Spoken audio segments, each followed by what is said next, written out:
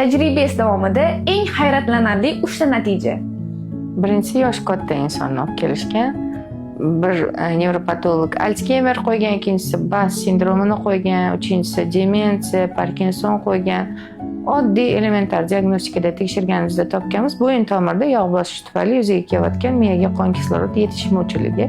O'shani tuzatganimizdan keyin avtomatik tarzda xotiraviy jarayon organizmni to'liq joyiga kelishi kuzatilgan. Oddiy narsa. Ikkinchisi diagnostikadan keyin bolalarimiz gapirisha boshlaydi. Juda ko'p holatda kuzatiladi. Nima uchun? Chunki bu diagnostika qilayotganda sog'lom impuls jo'natgani uchun miyada ishlamayotgan organizmdagi neyronlar tiklanib ketadi va shu tufayli bola birinchi tekshiruvni o'zidayoq ko'pincha holatda gapirib ketadi. Bu hayratlanarli.